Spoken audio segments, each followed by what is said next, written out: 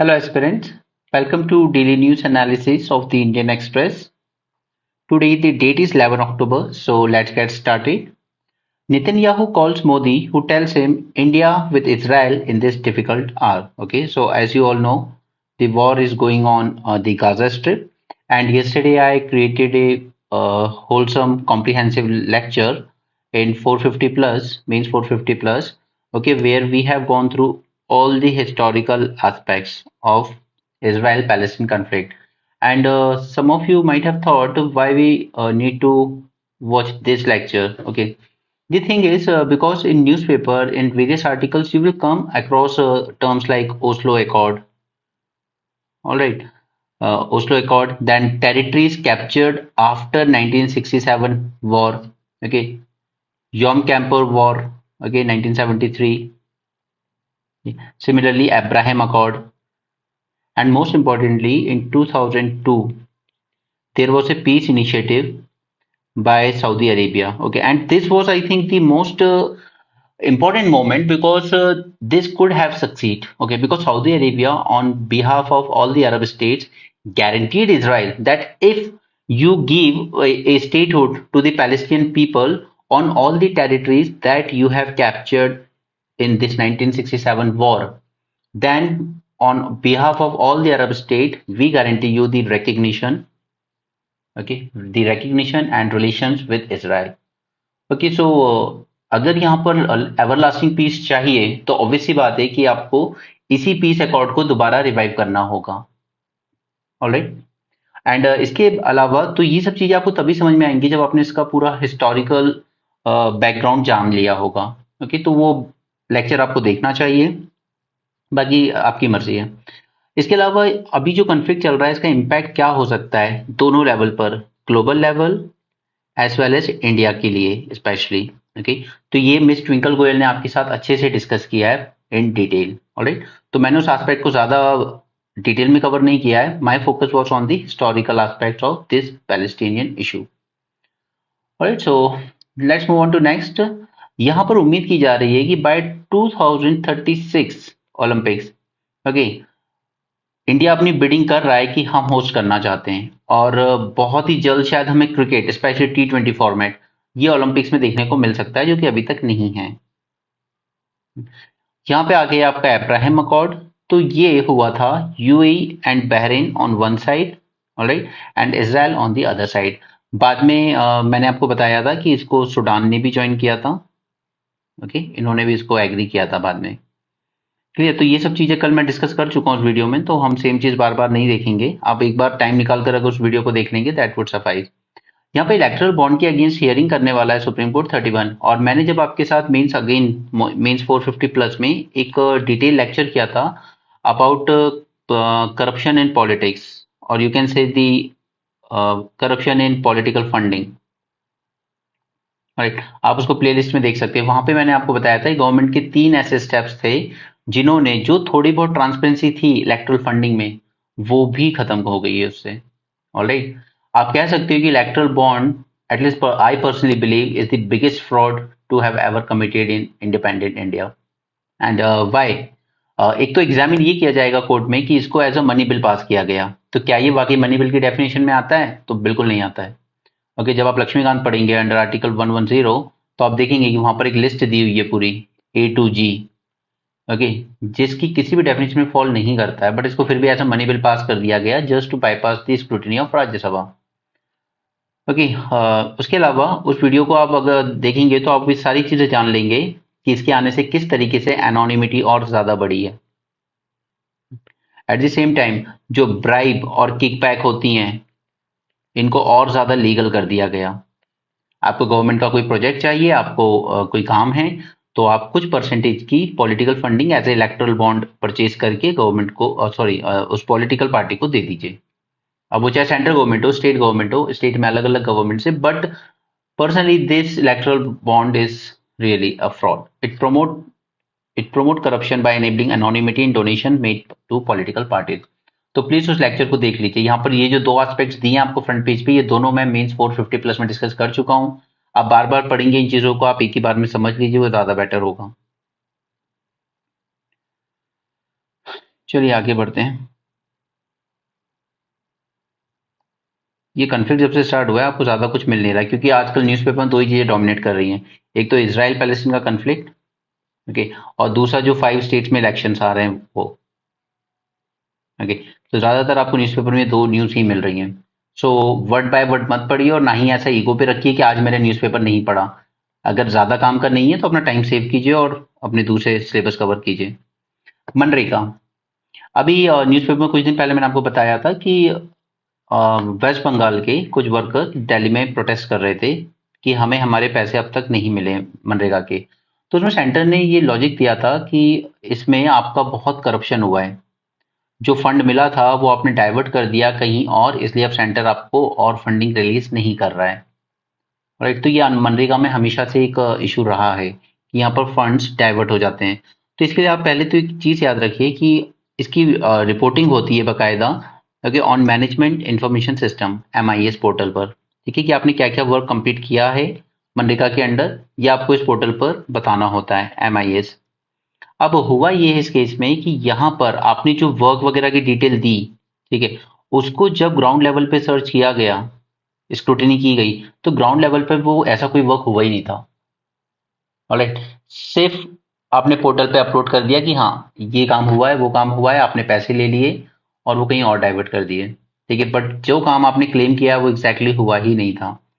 While West Bengal is currently in the spotlight due to alleged irregularities in Manrega implementation, resulting in funds being stopped by the center. The report have a list of works where work done using Manrega fund could not be found existing on the ground. Alright, and ये सब आपको report कहाँ upload करनी पड़ती है, management information system पर, but could not be seen or found existing on the ground. Alright, तो यहीं पे वो चीज़ें इंपॉर्टेंट हो जाती हैं कि सिर्फ स्कीम बनाने से कुछ नहीं होगा, उनकी मॉनिटरिंग होना ज़रूरी है।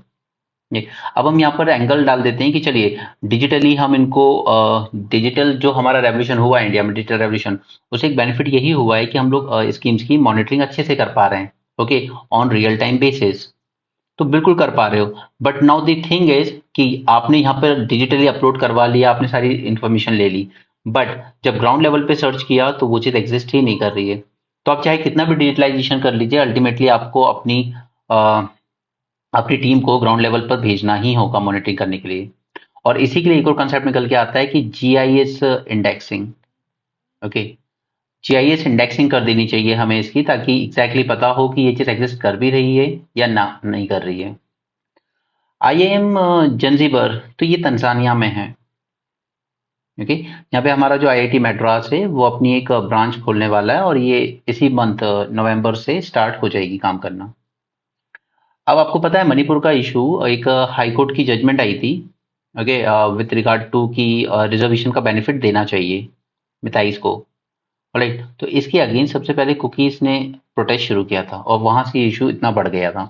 तो मिनिस्ट्री ऑफ होम अफेयर्स ने नेशनल इन्वेस्टिगेशन एजेंसी को कहा है कि जरा प्रोब कीजिए एटलीस्ट 3 मिलिटेंट्स ग्रुप का जिन्होंने वायलेंस सबसे पहले शुरू किया था। First one is 3 are Kuki militant group and one is Zomi militant group. Okay, these were the forces behind the unrest in Manipur. ये सब वही है यार, कल बहुत डिटेल में किया हमने। ओके, एक वीडियो मेरा है और एक मिस ट्विंकल गोयल का है, उन्होंने करंट कंटेम्प्रेरी इश्यूज कर लिया, सारे इम्पैक्ट वगैरह बता दिए आपको क्या क्या इम्पैक्ट हो सकता है। मैंने आपके साथ पूरा हिस्टोरिकल बैकग्राउंड शेयर कर लिया है, ठीक है। और अल्टीमेटली क्रक्स वही निकल के आता है कि हमास ने ये जो लॉन्च किया है वो कहीं ना कहीं जो पीस प्रोसेस हो रहा था, ओके, चाहे वो पीस प्रोसेस आप अब्राहम अकॉर्ड कह लीजिए, right, between Israel, UAE and Bahrain, okay, this one, और यू कैन से कि जो सऊदी अरेबिया एंड इसराइल में रेप्रोचमेंट कराने की कोशिश कर रहा था USA, उस पीस प्रोसेस को डिस्टर्ब करने के लिए किया है ये अटैक। ऑलराइट, और कहीं ना कहीं बहुत डिरेल भी हो गया, ये पीस प्रोसेस जो होता हुआ दिख रहा था वो अब थोड़ा मुश्किल लग रहा है। क्योंकि देखिए सऊदी अरेबिया इतना उत्सुक क्यों है, वो क्यों चाहता है इतना इसराइल के साथ जल्दी से रिलेशंस नॉर्मल करना। पहले एक मैप बनाते हैं, ठीक है। चलिए, देखिए यहाँ पर है ईरान, यहाँ पर है सऊदी अरेबिया, ठीक है, और इधर कहीं आ जाएगा आपका इसराइल। इसराइल के पास क्या है सबसे ज्यादा?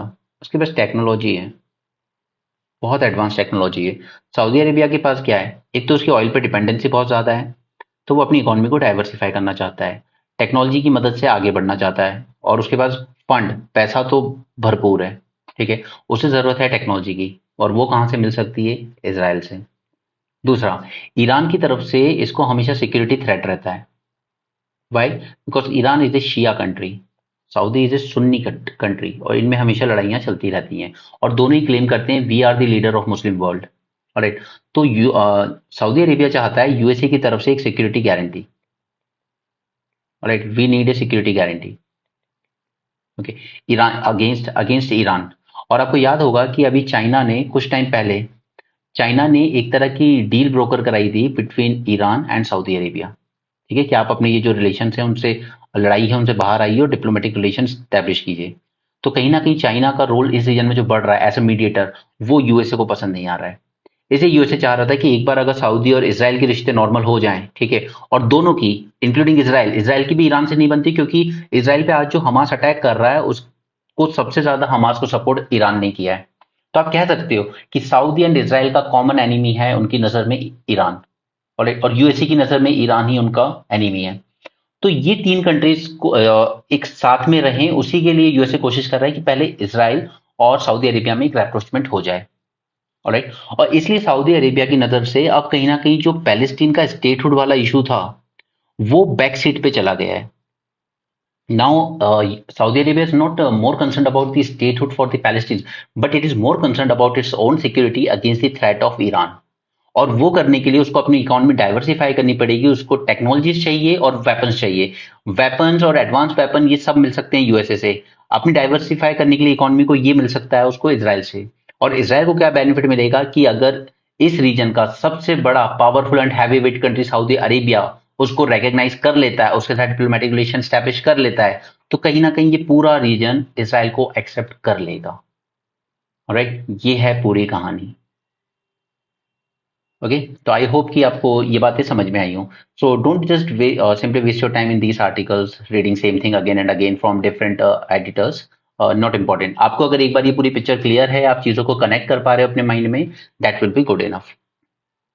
चलिए, अब आते हैं मणिपुर पे। वहां की चीफ मिनिस्टर है बीरेन सिंह। ओके, जो कि आते हैं मिताई कम्युनिटी से। ओके, और इन पे हर तरह के एलिगेशन रहे हैं कि इन्होंने मिताइस को सोफिस्टिकेटेड वेपन्स प्रोवाइड करने में मदद की है, ही वॉज नॉट न्यूट्रल। और जो कुकीज जो कि हिल एरियाज में रहते हैं, ओके, जिनके क्लोज एथनिक टाइज हैं म्यांमार साइड पर, ओके, इनको भी काफी हथियार बॉर्डर पार से मिले हैं। ओके, तो अभी तक तो कहीं ना कहीं बायसनेस दिख रही थी सीएम में, बट अब फर्स्ट टाइम कहीं जाकर इन्होंने एग्री किया है कि yes, we need to rebuild the trust between states ethnic groups. The top priority is to initiate dialogue with all affected communities, including Kukis and Meiteis, even as the state continues its effort for resettling displaced individuals and rebuilding damaged houses. And remember, these Kukis, इनको हमेशा allegation किया जाता है कि ये लोग drug, illegal drug cultivation वगैरह में इन्वॉल्व रहते हैं। राइट, एंड मिताइज जो कि प्लेन एरियाज में रहते हैं, okay, and they are mostly Hindus. Okay, these Kukis they are Christians. Right, तो हमेशा, और जबकि कुकीज का कहना है कि ड्रग ग्रो हम करते हैं, लेकिन सारे जो ड्रग माफिया हैं, इवन जो पॉलिटिशियन इन चीजों में एंगेज हैं, वो सब प्लेन एरियाज में मिताइज हैं। राइट, तो कहीं ना कहीं इशू को ये आप जब अपने एडमिनिस्ट्रेटिव और गवर्नेंस फेलियर को हाइड करना चाहते हो ना, तब आप इस तरह के ब्लेम लगाते हो कि नहीं ये लोग ड्रग माफिया लोग हैं, ये लोग ड्रग कल्टीवेशन वगैरह करते हैं, ड्रग एडिक्शन बढ़ रहा है यूथ में। ठीक है, तो आपके एडमिनिस्ट्रेशन का फेलियर है ये, लेकिन आप उसको हाइड करने के लिए सामने वाले पर ब्लेम करते हो। Now, continuing impact of the colonial policies, colonial policy क्या थी? सेग्रीगेट करके सेटल किया गया था। Okay, tribal dominated hill areas and Meitei dominated Imphal valley. There is a serious drug addiction problem. The drug mafia exploited the vulnerabilities of the sections. Now this glosses over other political and administrative failure. Okay, आप किसी को drug के लिए responsible दिखाकर आप अपने administrative failure छुपाने की कोशिश कर रहे हो। ओके, और मैंने आपको एग्जांपल भी दिया था, one SP was there, okay, she was an IPS officer, उन्होंने बहुत अच्छे से डील किया था इस ड्रग केसेस को, तो उनका ट्रांसफर कर दिया गया, और उन्हें पॉलिटिकल सपोर्ट नहीं मिला था इस चीज को टैकल करने के लिए। राइट, तो ये बात सच है कि ड्रग ग्रो कोई भी कर रहा हो, लेकिन अधिकतर जो इसको सर्कुलेट कर रहे हैं they are very much close to politics. Now, there is lowest per capita income in northeastern region for Manipur. Okay, so this is again the governance failure. The CM has instead sought to give an ethnic dimension to poppy cultivation. He linked the problem to illegal migrants from across the Myanmar border with whom the hill people, that is Kukis, share a common ethnicity. Singh requested the centre to revoke free movement regime. Free movement regime क्या है कि अगर ये border है, इधर side Manipur है, इधर Myanmar है, तो 16 किलोमीटर तक, इधर भी 16 किलोमीटर, इधर भी 16 किलोमीटर, आप बिना किसी वीजा, बिना किसी डॉक्यूमेंट के जा सकते हो। क्योंकि लोग जब बॉर्डर डिमार्केट हुई थी तो लोगों के एथनिक टाइज थे यहाँ पर, तो बॉर्डर तो बन गई बट उनके आपस में रिश्ते तो थे ना, और कॉमर्स भी हो रहा था, ट्रेड एंड कॉमर्स। तो 16 किलोमीटर तक की फ्री मूवमेंट रिजीम स्टैब्लिश की गई। तो सीएम ने यहाँ पर इंसिस्ट किया सेंटर को कि आप ये बंद कीजिए पहले। तो म्यांमार की तरफ से ड्रग्स भी आ रहा है, वेपन्स भी आ रहे हैं, और इलीगल माइग्रेंट्स भी आ रहे हैं। ऑलराइट, तो ये बात तो सच है कि एफएमआर को रेगुलेशन की जरूरत तो है, लेकिन अगर आप इसको पूरी तरह से क्लोज कर दोगे तो वो कहीं ना कहीं कॉमर्स पर असर करेगा। ऑलराइट, सो कंप्लीट फेंसिंग तो नहीं कर सकते, क्योंकि अराउंड 340 किलोमीटर का कुछ बॉर्डर है म्यांमार और मणिपुर के बीच, और उसमें से हार्डली 30 किलोमीटर की फेंसिंग हुई है सिर्फ, बाकी पूरी पोरस बॉर्डर है, ओपन बॉर्डर है। नाउ, अब जब ये इजराइल कन्फ्लिक्ट शुरू हुआ था तो हमें कहीं ना कहीं अंदाजा था कि इसके इकोनॉमिक इम्पैक्ट पड़ेंगे इंडिया पर। ठीक है, और सबसे पहला मैंने आपको कल भी बताया था कि इन्फ्लेशन, ऑयल की प्राइसेस बढ़ेंगे और इन्फ्लेशन अल्टीमेटली पूरा बढ़ेगा। उसके अलावा कि जब भी इस तरह की चीजें होती हैं और ये एक्सपेक्ट किया जाता है कि इस इकोनॉमी में इन्फ्लेशन बढ़ेगा यहाँ से, तो फॉरेन इन्वेस्टमेंट आना कम हो जाता है, कि कोई भी ऐसी इकोनॉमी इन्वेस्ट नहीं करना चाहता जहां पे हद से ज्यादा इन्फ्लेशन बढ़ने का चांसेस हो। Alright, so foreign portfolio investors have pulled out close to 1,000 crore rupees. Crude oil prices rose around 4% as fear of instability in the region gained traction. Okay, तो पहले तो क्रूड ऑयल प्राइसेस जो थे वो बड़े थे up to $97, क्योंकि Saudi Arabia और रशिया ने कहा था कि हम लोग ये जो प्रोडक्शन में कट किया है इसको और एक्सटेंड कर रहे हैं। फिर वापस से ये नीचे आ गए थे $85 पर। ठीक है, बट अब हमास का अटैक जो हुआ इसराइल पे, उसके बाद वापस से $88 पे राइज कर रहे हैं, और ये और ज्यादा फर्दर राइज करेंगे अब, बिकॉज सबको डर है कि this conflict can engulf the region and this could push the prices higher. और इंडिया इंपोर्ट करता है more than 80% of its requirement. Higher prices could impact the current account deficit and inflation and possibly have fiscal implications. Alright. Now, in May 22, retail prices of petrol and diesel have remained unchanged. मई 22 से हमने अपने retail prices unchange रखे हैं, but कब तक unchange रख पाएंगे, कब तक ये लॉस बियर कर पाएंगी ऑयल मार्केटिंग कंपनीज, ये देखने वाली बात होगी। और अल्टीमेटली इस कन्फ्लिक्ट का सबसे बड़ा इम्पैक्ट पड़ेगा ये जो नया कॉरिडोर बनाने वाले थे हम लोग, IMEC, ठीक है, जो इंडिया, मिडिल ईस्ट और यूरोप को कनेक्ट करने वाला था। चलिए इसको छोड़िए, इसको छोड़िए, यहाँ से एक लोकेशन है यार, इसको याद रख लो प्रीलिम्स के लिए। The border between Manipur and Myanmar was formalized by Boundary Commission of 1881. 1881 में बाउंड्री कमीशन ने ये बॉर्डर स्टैब्लिश की थी। ओके, और इसके पहले जो बॉर्डर थी वो बनाई गई थी बाय RB पैम्बरटॉन इन 1834। ठीक है, इसी को फिर बेटर बनाकर 1881 में फाइनलाइज की गई। अब ये दो लोकेशन याद रखिएगा, दिंगपी रिज इन मणिपुर और western foothills of the Kabaw valley in Myanmar. Alright, चलिए आगे आते हैं। तो पहले मैं ये बता देता हूँ ये हैं कौन। तो the writer is the former diplomat. Okay, so he can be considered as a neutral person, जो इस पे बहुत सही बता रहे हैं कि लॉ एनफोर्समेंट एजेंसी ये जो इतने ड्रैकोनियन लॉज का यूज कर रही है, तो मेक श्योर कि आपके पास जो मटेरियल एविडेंस हो वो इतना स्ट्रांग तो हो कि वो कोर्ट में जाकर स्टैंड कर पाए। ये नहीं कि कोर्ट में जाके इट विल फॉल फ्लैट, और ऐसा हुआ है कई बार। ठीक है, कई लोगों को कई सालों तक जेल में रखा गया और बाद में जब कोर्ट ने एग्जामिन किया तो फिर उनको फ्री करना पड़ा। बट वो जो आपने अपनी यूथ, अपनी जवानी के जो दिन खराब कर दिए, उसको कंपेंसेट नहीं किया जा सकता पैसे से। फर्स्ट ये कह रहे हैं कि more draconian the law invoked against these entities, more care has to be exercised by police that the material on which action is being taken will stand up to judicial scrutiny.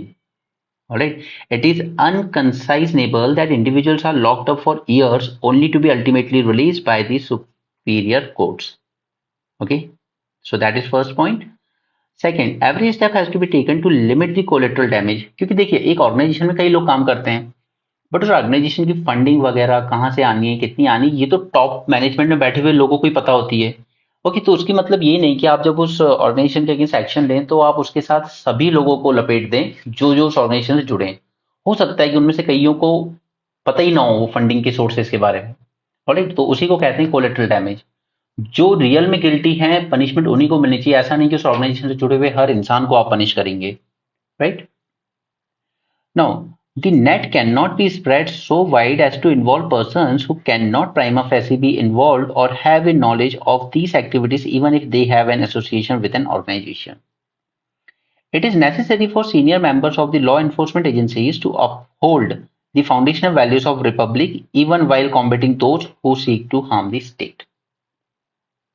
Alright, third point. The enforcement agencies and the judiciary must ensure that matters pertaining to those laws in which bail is not easily available are decided very early.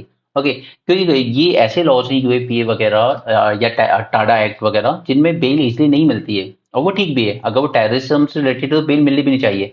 But at the same time court को ये भी ensure करना चाहिए कि इस act के under में अगर किसी को बुक किया गया है तो आप हियरिंग थोड़ी जल्दी कीजिए। ये नहीं कि आप एक डेट के बाद अगली डेट 3 महीने 4 महीने बाद दे रहे हैं, तो उसमें क्या होता है कि वो प्रोसेस इतना लंबा हो जाता है कि उनको पनिशमेंट हो चाहे नहीं हो वो अलग बात है, लेकिन ये प्रोसेस अपने आप में ही एक पनिशमेंट बन जाती है उनके लिए। Okay, I think there is one case related to Umar Khalid, I guess his name is Umar Khalid from JNU I guess. Okay, तो उनका प्रॉपर ट्रायल ही नहीं हो रहा है काफी टाइम से। तो उस तरह की चीजें नहीं होनी चाहिए, ऐसा इनका मानना है कि काफी अर्ली अर्ली ट्रायल होनी चाहिए, अर्ली हियरिंग होनी चाहिए ऐसे केसेस में जहां पर बेल मिलना ऑलरेडी बहुत मुश्किल है। It can be rightly argued that there are thousands of under trials in the country who are languishing in jail and their matters deserve to be expedited too. There is a merit in this argument, but there is distinction between laws where bail is denied and the normal case and where official apathy or poverty leads people to be kept unnecessarily in jail. और आपको पता है कि हमारे almost 67% जो prisoners हैं हमारे prison में, दे आर अंडर ट्रायल्स, यानी कि उनकी ट्रायल पूरी हुई ही नहीं है आज तक। और कई तो ऐसे हैं जिन्होंने जो इतने टाइम से जेल में पड़े हुए हैं कि अगर उनको सजा भी हो जाती ना तो वो ड्यूरेशन भी कम होता। कई बार किसी की गलती की सजा 3 महीने है बट 3 साल से उसके ट्रायल ही नहीं हो पाई अभी तक। ऑलराइट, तो ये और हमारे पास हमेशा से बात करते हैं हम लोग कि हमें प्रिजन रिफॉर्म करने हैं, और ये प्रिजन रिफॉर्म आपका अच्छा खासा एक इंपॉर्टेंट टॉपिक बनता है for mains 2024। So make sure आप प्रिजन रिफॉर्म को तैयार करके जाएं। ठीक है, और वो रिफॉर्म हम जब भी कर सकते हैं कि हमारी प्रिजन्स में सबसे बड़ी प्रॉब्लम है ओवर क्राउडिंग। ठीक है, और मैंने एक इंडियन एक्सप्रेस की रिपोर्ट में आपको बताया था कि हमारे जेल जो प्रिजन्स हैं दे आर 127% ऑक्यूपाइड। ठीक है, यानी कि 100 लोगों को रखने की जगह है और आपने 127 लोगों को रखा हुआ है। और वो इसीलिए है क्योंकि काफी सारे ऐसे अंडर ट्रायल्स हैं जिनके क्राइम इतनी सीरियस है नहीं, लेकिन हमारी जुडिशरी इतनी ढीली है कि वो उनके ट्रायल से कंप्लीट नहीं कर पाती timely, and they keep on languishing in the jail. Now the acquisition is that the media outlet receive funds from the organisation which are arms of the Chinese propaganda machinery. The premise is that media organization which took the tainted funds will necessarily take position inimical to national interest on some sensitive and controversial issues. The media outlet has, though it denied the, okay, उन्होंने तो charges deny किए कि हमने ऐसा कोई funding लेके anti national काम नहीं किया, क्योंकि अब एजेंसी जो क्वेश्चन भी करी ना वो कर रही है कि आपका ये जो फार्मर प्रोटेस्ट हुआ था, ठीक है, farmer protest against the farm laws, तो उसको रिपोर्टिंग वगैरह कर रहे थे ये लोग, तो उसको रिलेटेड क्वेश्चन कर रहे हैं। तो यार फार्मर प्रोटेस्ट फार्मर्स का था, वो कोई एंटी नेशनल प्रोटेस्ट थोड़ी था, वो सिर्फ एक गवर्नमेंट की एक पर्टिकुलर पॉलिसी के अगेंस्ट प्रोटेस्ट था। अब उसको आप एंटी नेशनल एलिमेंट्स, आप खालिस्तान से आपने जोड़ना शुरू कर दिया, काफी कुछ हुआ था उस टाइम मीडिया वगैरह में आपने सुना होगा। ओके, नाउ अब देखिए क्या होता है कि एक कंट्री दूसरी कंट्री पे या तो स्ट्रेट फॉरवर्ड एस्पियोनेज कर सकती है यानी जासूसी, ओके, और या फिर अपना इन्फ्लुएंस बढ़ा सकती है थ्रू फंडिंग टू से एनजीओ को फंडिंग करके, ठीक है, या कोई न्यूज आउटलेट्स मीडिया वगैरह को फंडिंग देकर, इस तरह से अपना इन्फ्लुएंस बढ़ाती है कंट्री। इसीलिए मैंने आपको बताया था कि ऑस्ट्रेलिया ने अपनी पॉलिटिकल पार्टीज को फॉरेन फंडिंग बंद कर दी थी कि चाइनीज गवर्नमेंट इसी तरीके से अपना इन्फ्लुएंस बढ़ा रही थी ऑस्ट्रेलिया की पॉलिटिक्स में, तो उन्होंने फॉरेन फंडिंग अपनी पॉलिटिकल पार्टीज को बंद कर दी, और उसी साल हमने इंडिया में फॉरेन फंडिंग अपनी पॉलिटिकल पार्टीज को अलाउ कर दी। ऑल राइट, नाउ ये इन्फ्लुएंस फंडिंग के थ्रू इंक्रीज करते हैं ये लोग, मीडिया आउटलेट्स को देकर, एनजीओ को, थिंक टैंक्स को देकर, and they should exercise every care that they do not wittingly or unwittingly take funds from sources that are ultimately controlled by agencies or institution of foreign governments. Okay. तो ये लोग जो fund ले रहे हैं इनको ये ध्यान भी रखना चाहिए कि हमने जिस एजेंसी से फंडिंग ली है या जिसने हमें फंडिंग या डोनेशन दिए हैं वो किसी और कंट्री की पॉलिटिक्स से जुड़ी ना हो। ऑलराइट, ऐसा ना हो कि हम कहीं से फंड ले रहे हैं वो कंट्री चाइनीज गवर्नमेंट से जुड़ी हुई है किसी ना किसी तरीके से। तो ये क्वेश्चन हमारी एजेंसीज को भी रखना चाहिए, हमारी जो मीडिया आउटलेट्स हैं या एनजीओ से उनको भी ये बात का ध्यान रखना चाहिए कि जब वो कहीं से फंडिंग ले रहे हैं तो फंडिंग करने वाली कंपनी कहाँ से जुड़ी हुई है। Alright, the very acceptance of funds can infringe the law, but ultimately such issues are to be decided by the courts. The problem in India is that legal process takes so long that the process in many instances itself become the punishment. Okay, so अच्छा article था, हमने देख लिया उसके बारे में सब कुछ। यहाँ पर अब यहाँ पे ये निकल के आया कि सितंबर जो था वो अब तक का सबसे हॉटेस्ट रहा है। तो देखिए, एक तो हो गया हॉटेस्ट सितंबर, ठीक है, क्लाइमेट चेंज के इम्पैक्ट की बात कर रहे हैं सिर्फ, ठीक है। दूसरा था सबसे ड्राइएस्ट अगस्त, काफी ड्राई रहा, ठीक है। उसके बाद याद कीजिए जनवरी फरवरी में पंजाब साइड पर हीट वेव्स आई थी, जिससे क्या हुआ था कि हमारे वीट का प्रोडक्शन काफी कम हो गया था। राइट, सिमिलरली अभी हमारे जो हरियाणा, पंजाब, उत्तराखंड साइड, ओके, काफी सारे फ्लड्स आए, ओके, काफी सारे फ्लड्स आए जिससे भी अल्टीमेटली हमारे प्रोडक्शन पर असर पड़ा है, ठीक है। इसलिए गवर्नमेंट ने फिर वो इतने सारे स्टेप्स लिए हैं राइस को लेकर, ठीक है। राइस को लेकर उन्होंने अलग अलग स्टेप्स लिए ना, जैसे राइस में दो चीजें होती हैं, एक होती है हमारी बासमती राइस, ठीक है, दूसरी होती है नॉन बासमती राइस। और ये सब मैं आपको वही चीजें रिकॉल करा रहा हूँ जो इतने महीनों से मैंने आपको न्यूज़पेपर में पढ़ाई है। नॉन बासमती में 6 कैटेगरीज होती हैं, डिफरेंट डिफरेंट, ठीक है, पूरी 6 हमारे काम की नहीं है। एक तो है नॉन पारबॉइल्ड, एक है हमारी व्हाइट राइस, ठीक है। तो गवर्नमेंट ने क्या किया है, इस व्हाइट राइस पे गवर्नमेंट ने क्या कहा था, इसको टोटली बैन करते हैं, इसका एक्सपोर्ट, ठीक है, हम लोगों ने बैन कर दिया, ठीक है। क्यों? क्योंकि हमारा प्रोडक्शन कम हुआ इन सब फैक्टर्स की वजह से। सो हम क्लाइमेट चेंज का इंपैक्ट देख रहे हैं हमारी फूड सिक्योरिटी पर और ओवरऑल इकोनॉमी पर। सो वन थिंग इज कि व्हाइट राइस का एक्सपोर्ट गवर्नमेंट ने बैन कर दिया। नॉन पारबॉइल्ड ऑयल पर क्या, नॉन पारबॉइल्ड राइस पर क्या कहा था, 20% की एक्सपोर्ट ड्यूटी लगाएंगे हम, ठीक है। तो आपने वो भी लगा दी, तो उससे हमारे एक्सपोर्ट कम हो गए। और बासमती राइस पे आपने क्या कहा था कि $1200 पर टन, ओके, इसके नीचे आप एक्सपोर्ट नहीं कर सकते, इससे ऊपर की प्राइस पर ही एक्सपोर्ट कर सकते हो। और ये तीनों मेजर क्यों लिए थे हमने, ताकि हम लोग राइस का एक्सपोर्ट कम कर सकें और अपनी डोमेस्टिक अवेलेबिलिटी बढ़ा सकें। और डोमेस्टिक अवेलेबिलिटी बढ़ाने के पीछे रीजन क्या थे, दो रीजन इंपॉर्टेंट थे। पहला, इन्फ्लेशन ना बढ़े इसमें, ठीक है। और दूसरा, next is the election year, और इलेक्शन ईयर में अगर इन्फ्लेशन बढ़ता है तो फिर उसका नेगेटिव इंपैक्ट पड़ता है गवर्नमेंट पर, ऑलराइट। तो इसके पीछे सारे रीजन थे, इन स्टेट्स में आने वाला फ्लड या हमारा वीट का प्रोडक्शन कम होना due to heat waves, okay, in Punjab. और ड्राइस्ट अगस्त गया है तो ऑब्वियसली बात है कि हमारे जो रिजर्वायर्स हैं वो इस वक्त काफी खाली पड़े हैं अपनी टोटल कैपेबिलिटी से। और रिजर्वायर अगर खाली है तो जो अगला भी हम लोग प्रोडक्शन करेंगे अगला सीजन, ठीक है, उसमें भी कहीं ना कहीं हमारा जो एरिया होगा वो थोड़ा कम रहेगा, ओके, इरिगेशन की प्रॉब्लम आएगी। अब सितंबर भी बहुत ज्यादा हॉट गया है, क्लियर। तो बस इसी तरीके से जितना भी कुछ न्यूज में आया मैंने आपको यहाँ पर रिलेट करके दिखा दिया। इसी तरीके से पढ़ना होता है, अपने नोट्स बनाने होते हैं आपको, ऑलराइट। यूपीएससी में don't be A like a old man 60+ कि बस आप लाइन बाय लाइन सभी न्यूज पढ़े जा रहे हो, डोंट डू दैट। चलिए, यहाँ पर फिर से वही इसराइल वगैरह का आ गया है, लेकिन यहाँ पे सऊदी अरेबिया के एंगल से दिखाया गया, जो कि मैंने आपको बता दिया था कल भी। अगर आपने पूरा वीडियो ना देखा होगा तो आप सुन लीजिए, ठीक है। यहाँ पर इसराइल और सऊदी अरेबिया के बीच में अप्रोचमेंट कराने की कोशिश कर रहा है यूएसए। डील का पोटेंशियल क्या है, तो इसके स्पेसिफिक्स तो अभी सामने नहीं आए हैं, बट कहीं ना कहीं एक कुछ कुछ ब्रॉड कंटूर्स तो हमें पता है। लाइक रियाद चाहता है यूएसए से security guarantee against arch rival Iran, this is first point. And US का सपोर्ट चाहिए उसे अपने सिविल न्यूक्लियर प्रोग्राम के लिए, और अब तो स्पेस में भी जाने की कोशिश कर रहा है सऊदी, राइट। तो यूएसए का सपोर्ट उसको जरूरत है। And approval for sale of sophisticated weapons, क्योंकि आपको पता है सऊदी अरेबिया, जैसे अगर ये सऊदी अरेबिया का मैप है, ठीक है, तो यहाँ पर तो है यमन और यहाँ पर है ओमान। और यमन में क्या चल रही थी, सिविल वॉर, ठीक है, जहां पर एक तरफ थी गवर्नमेंट को सपोर्ट कौन कर रहा था, सऊदी अरेबिया, ठीक है, और दूसरी तरफ थे हाउदी रेबल्स, और हाउदी रेबल्स को कौन सपोर्ट कर रहा था, ईरान, ऑलराइट। तो ईरान के साथ इसका पंगा हमेशा से चला आ रहा है, ठीक है, तो इसलिए उसको चाहिए सोफिस्टिकेटेड वेपन्स फ्रॉम यूएस, ऊपर से सिक्योरिटी गारंटी अगेंस्ट ईरान। और ऐसा नहीं है कि ईरान से डरता है या ईरान से कमजोर है, सिक्योरिटी गारंटी इसलिए चाहिए क्योंकि कहीं ना कहीं हमेशा से डर है कि ईरान के पास न्यूक्लियर वेपन है, या कम से कम वो टेक्नोलॉजी तो उसने डेवलप कर ली है कि वो जब चाहेगा न्यूक्लियर वेपन बना लेगा। तो सऊदी अरेबिया को सिक्योरिटी गारंटी चाहिए। एंड जैसा कि मैंने कल भी अपने लेक्चर में कहा था, Israel is considered as a gateway to USA. USA की पॉलिटिक्स में, इकोनॉमी में बहुत इन्फ्लुएंस रखते हैं ज्यूइश कम्युनिटी वहां की।